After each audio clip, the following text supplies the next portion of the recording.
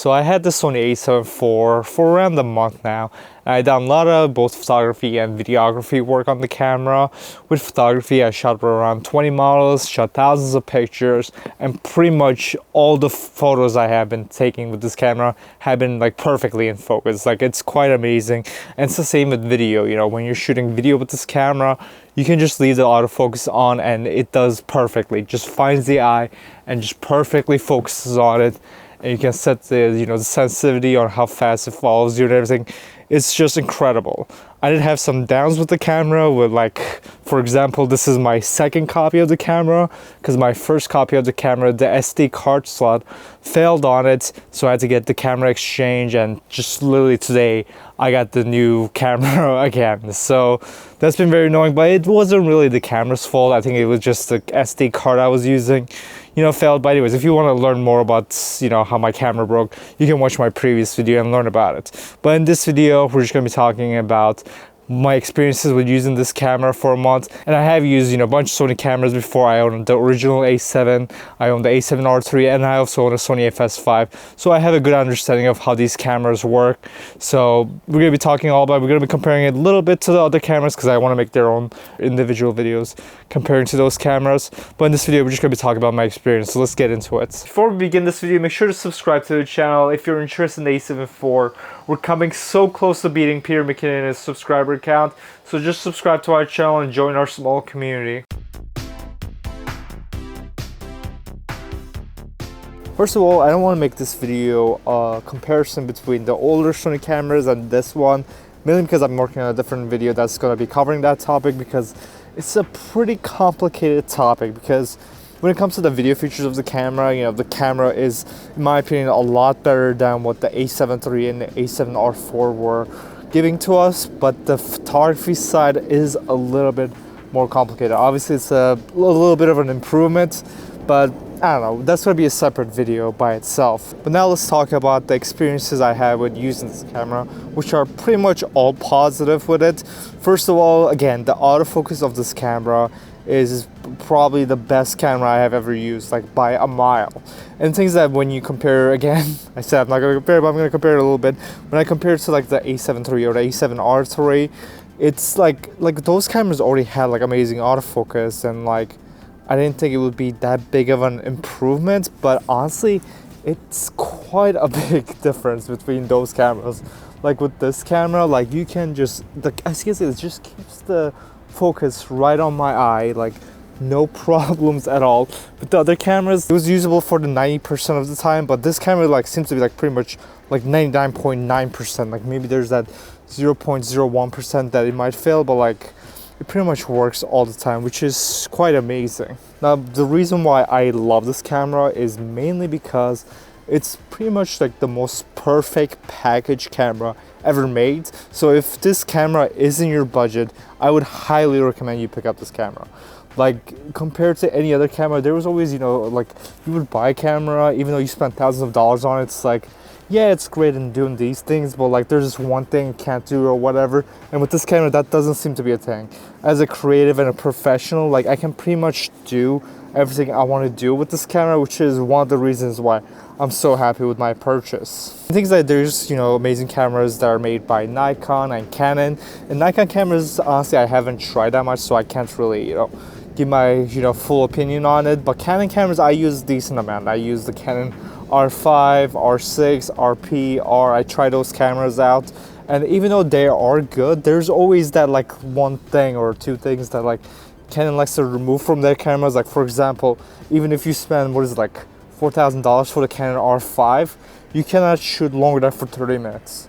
So if you get a job where you have to, someone's paying you $1,000 to shoot a conference for an hour, you cannot do that with that camera. So there are those things with those cameras that like I just don't like that they put those limitations with. But with this camera, it just feels like they just went all ham with it. They're like, all right, you can do whatever you want with this camera. So that's one of the reasons why I love it. It also has some features that Canon and Nikon doesn't have it. For example, this camera has the gyroscope data on the camera, which allows you to pretty much, just record video handheld and then have it go through Catalyst Browse.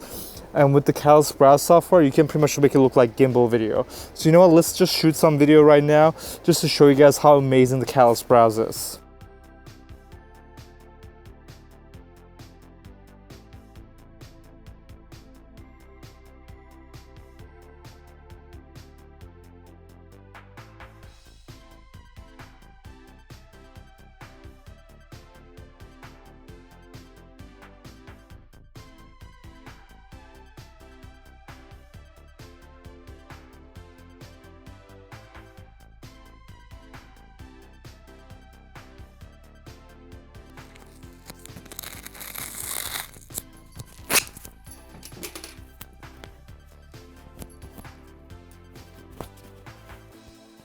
Is this noticeable right here? First of all, I should mention that using catalyst browse is a pain in the ass, so I would not really recommend using it that much unless if you have like little short clips to do. For example, that 7-second clip took around 2 minutes to export, and like you have to like bring the file in, and the whole process takes a while. But again, it was 2 minutes for 7 seconds.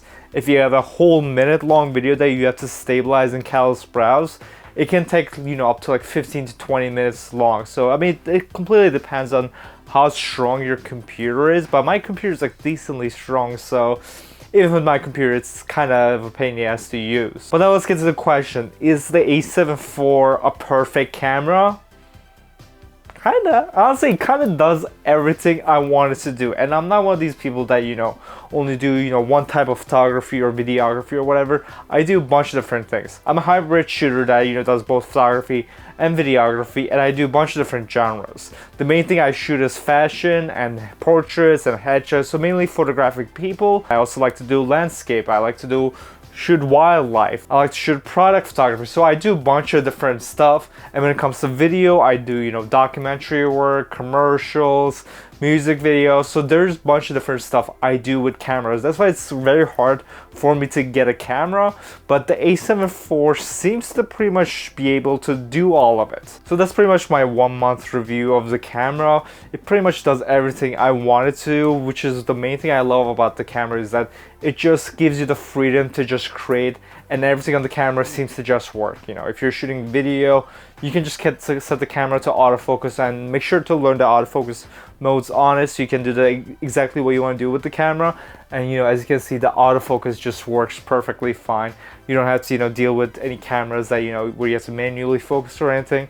Like for example, I have a Sony A7IV, which I absolutely love this camera, but if I want to use this camera, I have to use manual focus. The autofocus on this camera is terrible. And for photography, it's the same thing. The autofocus makes a pretty big difference because every picture you take is pretty much going to be in focus, which makes it a huge difference than other cameras where you're taking pictures and only 90% of them are in focus, and then you're missing like some essential shots. So yeah, that's pretty much the review for the camera. But again, this is only the 1 month review. I'm gonna be doing more reviews of this camera in the future. Maybe do like a 3-month review or a 6-month review or like a year-long review, because the thing about these cameras is that the more you use them, the more you learn about them. That's why I never liked when, you know, the other YouTubers out there that make like a review of the camera like the first day.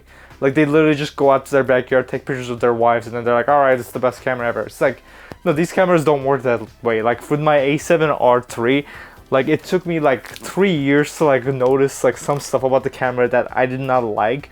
For example, like one big difference is that this camera has hard time focusing in a studio setting with the aperture closed down, while this camera can focus perfectly. Anyways, I'm gonna get into more deep into that, why that is with this camera, because there's some, not even like physical problems, there's just like software limitations on these cameras that they took off on this camera that makes it a lot more usable in using in low light situations. So anyways guys, hopefully you enjoyed this video. Make sure to subscribe to the channel if you're interested in the A7IV. I'm pretty much exclusively making A7IV videos. If you're interested in buying an A7IV, just use my affiliate link in the description below, just so that I get a little bit of a, you know, just a little bit of a tiny kickback from the camera. So anyways guys, thanks for watching, and I'll see you guys in the next video. Goodbye.